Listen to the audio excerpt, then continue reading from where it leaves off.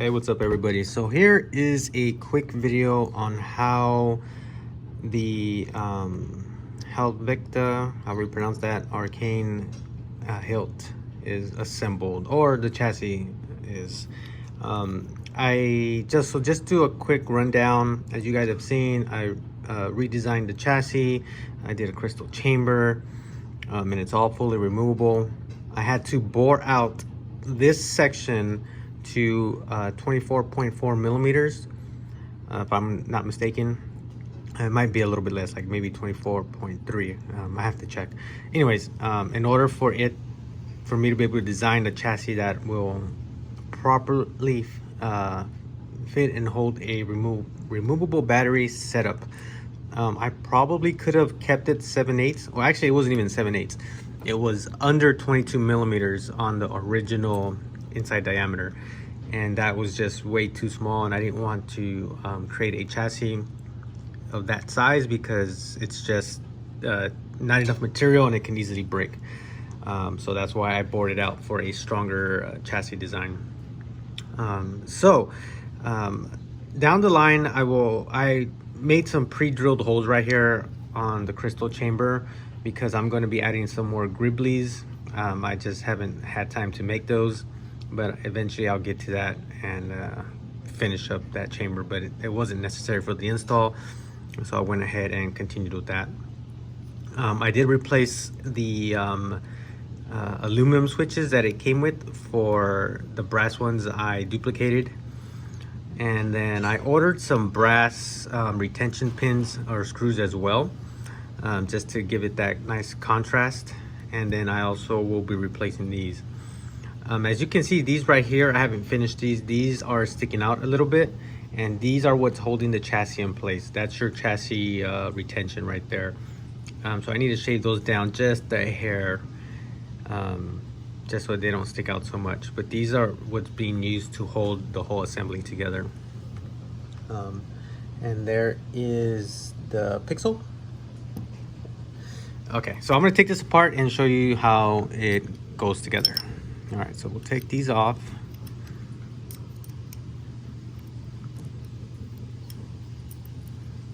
You don't have to take these off all the way, but I'm just gonna do it just for demo purposes. All right, so once that's out,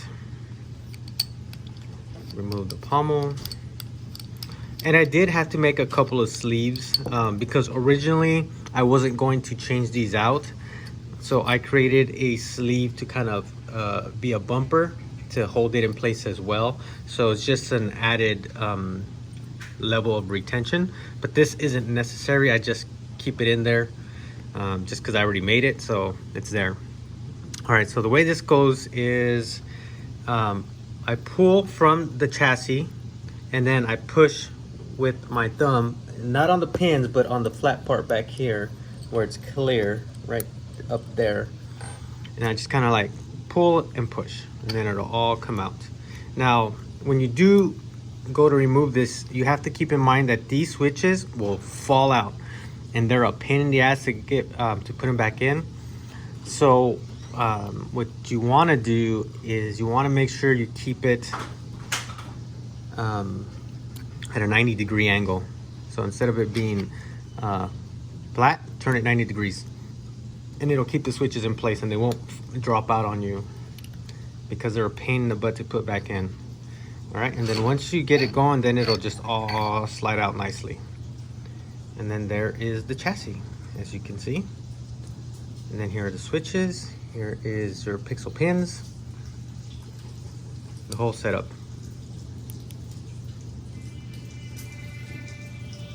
A man can have anything if he is willing to sacrifice.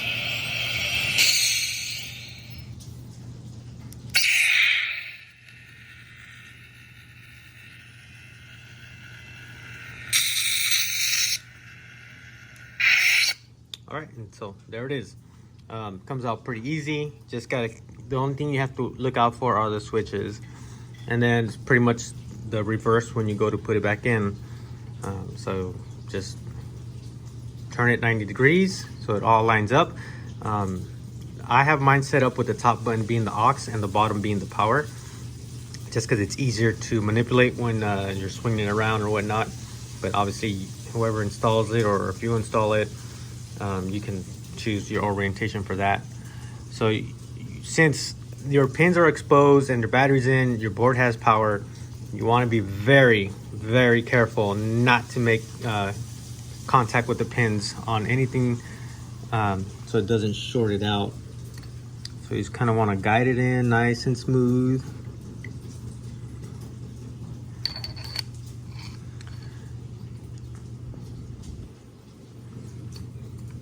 Okay, now it's set in, so I know these aren't going to fall out. Okay, and there it is. That's how it goes.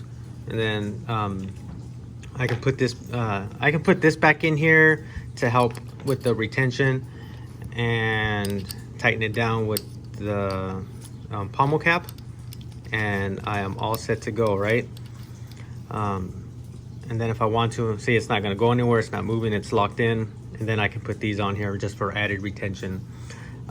So another thing I'm going to note, I'm going to go ahead and take this out again, I forgot to mention, is with this chassis design, because of the small inside diameter on the body, and then it opening up to a larger inside diameter for the blade retention, what I did have to do is, oops, I forgot about that. See, the switches just fell out. That sucks. All right, let me get this out. So this is what I was talking about. The switches will drop on you. Luckily, this is the hardest one to get in. So luckily that one didn't fall out. This one did, but that one's easy to put in, so that's not a big deal. I'm not gonna worry about that. What I do wanna show you is,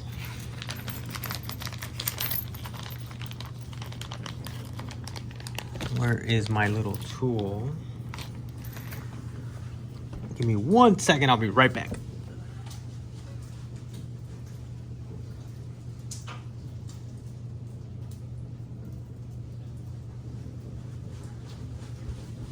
Okay, so for the blade retention, I'm gonna grab this, put my finger, hold it. This retention holder right here, this bottom one is for your LED. So what I ended up doing is I ended up creating another sleeve, this sleeve, so that this part right here that drops can slide into, just like that. And that way I can put pressure and do the retention up here as well, so it doesn't push it up and mess up your alignment, because that could happen, and actually that was happening when I was testing it out originally. I noticed that when I tightened that, it would push up, and that could throw off your pin alignment and cause shorts. So I had to create this sleeve. So for those of you that are going to use this chassis, make sure you make one of these. You don't have to make this. This is for the pommel, if you use retentions here. But if you don't want to use retentions here or change any of this, then I advise you make a sleeve for it as well. All right, and so that's pretty much it. Other than that, it's pretty easy peasy.